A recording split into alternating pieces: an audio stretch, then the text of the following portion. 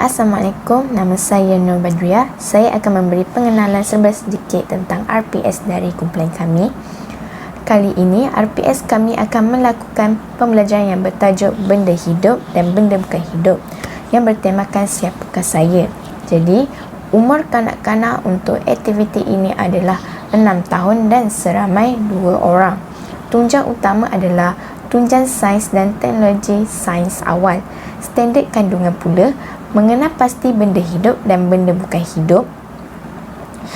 Standard pembelajaran adalah mengenal pasti ciri-ciri benda hidup dan benda bukan hidup. Kesepaduan tunjang adalah pendidikan moral, iaitu murid-murid menunjukkan sikap berani mencuba sesuatu tugas yang baharu. Objektif pembelajaran pada akhir PDP ini, murid-murid akan dapat pertama, mengelaskan benda hidup dan benda bukan hidup. Kedua, murid-murid dapat mengecam dan mengeja nama benda hidup dan benda bukan hidup dengan betul. Dan yang ketiga adalah menyenaraikan dan menyebut ciri-ciri bahagian benda hidup dan benda bukan hidup dengan betul. Pengetahuan sedia ada murid adalah murid-murid pernah melihat benda hidup dan benda bukan hidup yang terdapat di persekitaran rumah mereka. Baiklah, itu sahaja pengenalan ringkas RPS dari kumpulan kami. Selanjutnya, mari dengarkan penjelasan dari Teacher Lee berkaitan langkah-langkah aktiviti yang akan dilakukan. Saya akan terangkan tentang langkah-langkah, iaitu yang langkah pertama adalah penerangan tentang isi pelajaran. Okey, guru akan menerangkan ciri-ciri benda hidup dan benda bukan hidup. Manakala yang langkah kedua adalah aktiviti mengajar kanak-kanak. Guru meminta kanak-kanak ke hadapan mengambil kad perkataan untuk melengkapkan nama objek, dan guru juga meminta murid-murid menyatakan perbezaan ciri-ciri benda hidup dan benda bukan hidup. Kemudian lekatkan kad pada bord besar. Dan saya akan terangkan tentang langkah-langkah yang ketiga, iaitu untuk menarik perhatian kanak-kanak. Apa yang pendidik akan buat adalah pendidik menunjukkan lipatan tisu tebal yang mempunyai perkataan, lalu guru juga memantau kanak-kanak untuk membantu mereka mengeja suku kata perkataan ketika merendamkan magic towel paper tu di atas pinggan air. Lalu guru juga akan membantu kanak-kanak meneka gambar yang terhasil apabila aktiviti telah selesai. Dan langkah yang seterusnya iaitu langkah keempat, membuat penilaian terhadap pengetahuan murid. Saya akan terangkan apa yang guru akan buat. Guru akan menunjukkan dan membahagikan kad perkataan dan kad bergambar, dan kemudian guru juga akan memantau murid dan melaksanakan tugasan yang diberi, dan guru juga akan membincangkan jawapan bersama murid-murid setelah mereka selesai.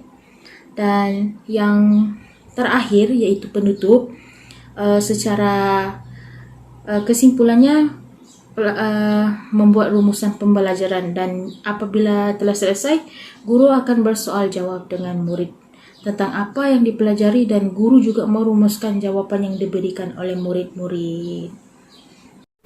Refleksi atau hasil pembelajaran. Yang pertama adalah kanak-kanak dapat menyatakan perbezaan 4 daripada 5 lukisan benda hidup dan benda bukan hidup. Seterusnya, kanak-kanak dapat mengklarifikasikan benda hidup dan benda bukan hidup. Hai, sekarang Teacher Ridwani akan memberi penerangan tentang teori yang akan kami terapkan dalam LBM yang dihasilkan. Agak-agak kami pilih teori apa ya?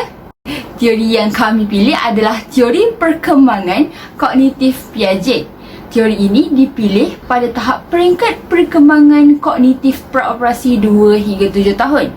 Di mana perkembangan ini paling penting pada tahap ini ialah penggunaan bahasa, di mana LBM yang kami hasilkan ini menerapkan konsep sains, iaitu dari segi eksperimen penyerapan air pada tisu. Kebaikan aktiviti berdasarkan teori yang kami pilih untuk LBM yang dihasilkan adalah dari segi kognitif, kanak-kanak dapat menambah kefahaman mengenai objek bergantung pada ciri-ciri yang dapat dilihat dengan jelas dan nyata. Sebagai contoh, apabila tisu pada bahagian hadapan menunjukkan perkataan seperti biyubu, keyuku, dan apabila direndamkan ke atas air di atas pinggan, tisu tadi menampakkan lukisan gambar buku apabila air terserap pada tisu. Okey, dari segi fizikal dan bahasa pula, kanak-kanak dapat merasa pengalaman belajar melalui eksperimen sains serta dapat melatih cara memegang pensel dan cara menulis huruf dan suku kata perkataan.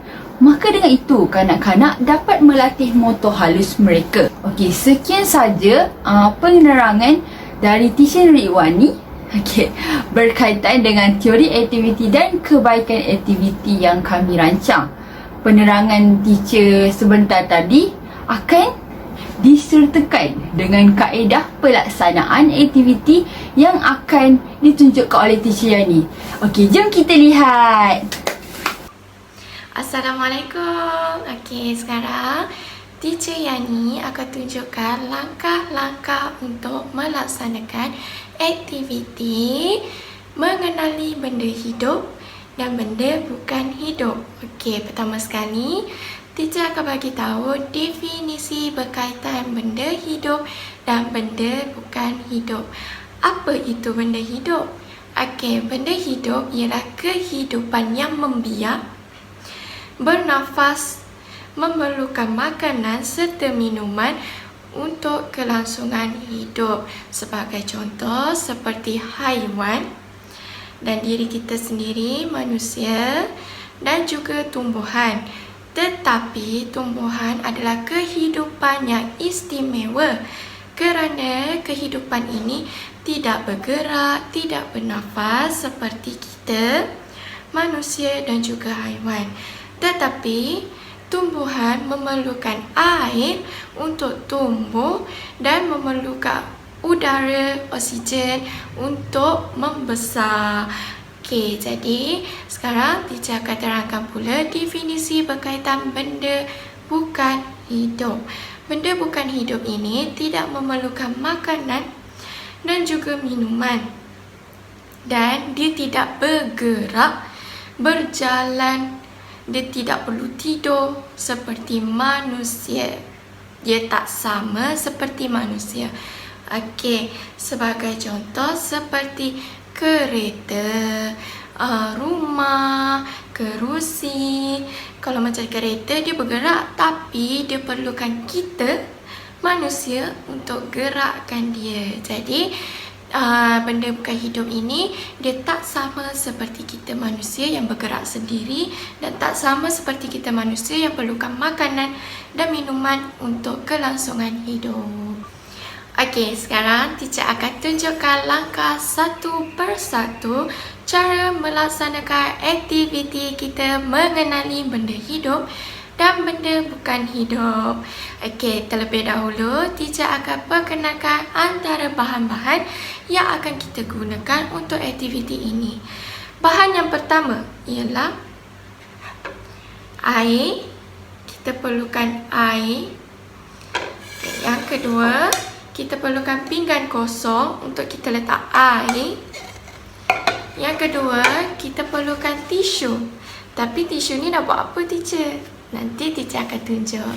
Okey, yang kedua ialah kita perlukan marker berwarna hitam. Okey, yang seterusnya kita perlukan color pen. Okey, sekarang teacher akan tunjuk kita nak buat apa dengan tisu kosong ni. Tisu ni kita perlukan yang tebal kerana kita akan menulis dan melukis di atas tisu ini. Sebagai contoh, dekat teacher ada 10 gambar, ada macam-macam contoh dan tulisan. Okey, tapi kita tak nampak lagi kan lukisan dekat bahagian depan tisu ni. Yang kita nampak hanyalah tulisan. Okey, yang dekat tangan teacher ni, yang pertama ialah burung. Okey, biyubu, rung, burung. Okey, yang seterusnya ialah kereta. Ki ke, tieta, kereta. Okey, ada pelbagai lagi gambar contoh yang akan teacher tunjuk sebentar lagi. Okey, sekarang jom kita mula satu persatu langkah.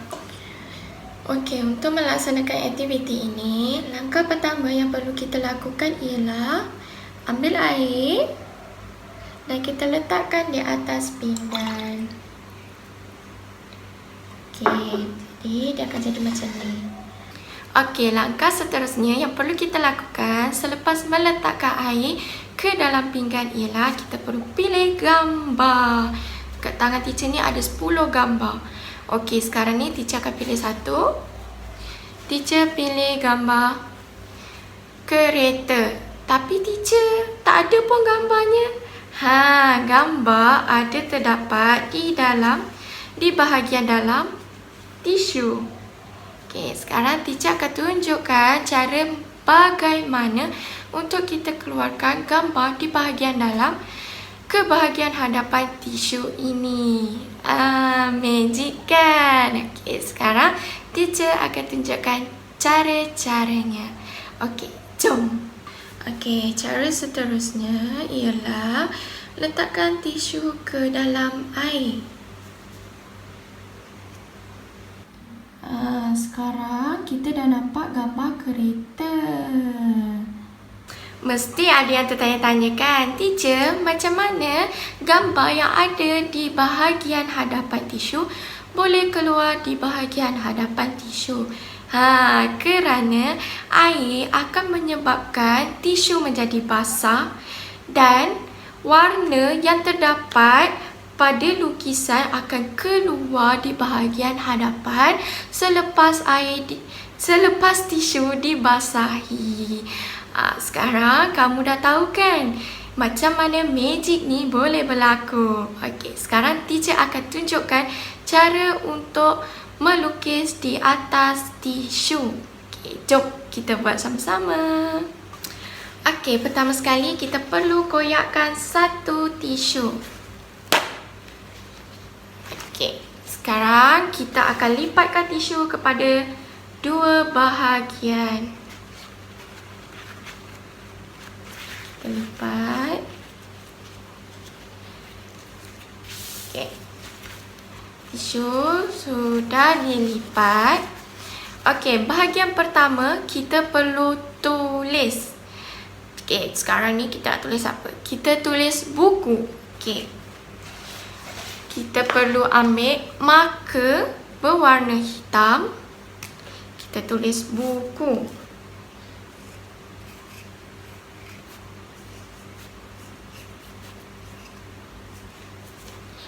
Okey, B-U-B-K-U-K, buku. Okey, sekarang langkah seterusnya kita akan ambil bahagian dalam tisu.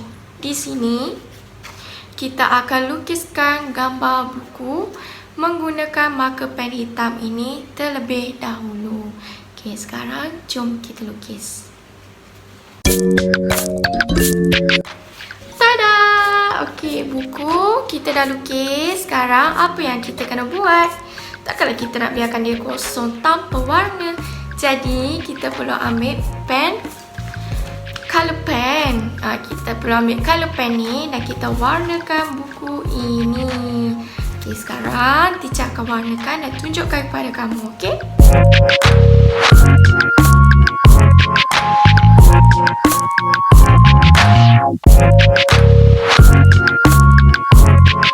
Tada!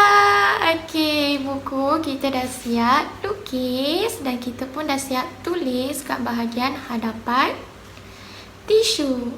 Dan kalau kita punya lukisan, tisu kita ni dah siap, barulah kita boleh letakkan tisu ke dalam air untuk mengeluarkan gambar di bahagian dalam tisu ke bahagian hadapan. Senang kan cara untuk buat? Okey, teacher harap aktiviti ini dapat memberikan pengetahuan yang baru kepada kamu semua, dan teacher harap aktiviti ini dapat memberikan keseronokan sambil belajar kepada kamu. Okey, sekian saja daripada teacher. Terima kasih. Assalamualaikum.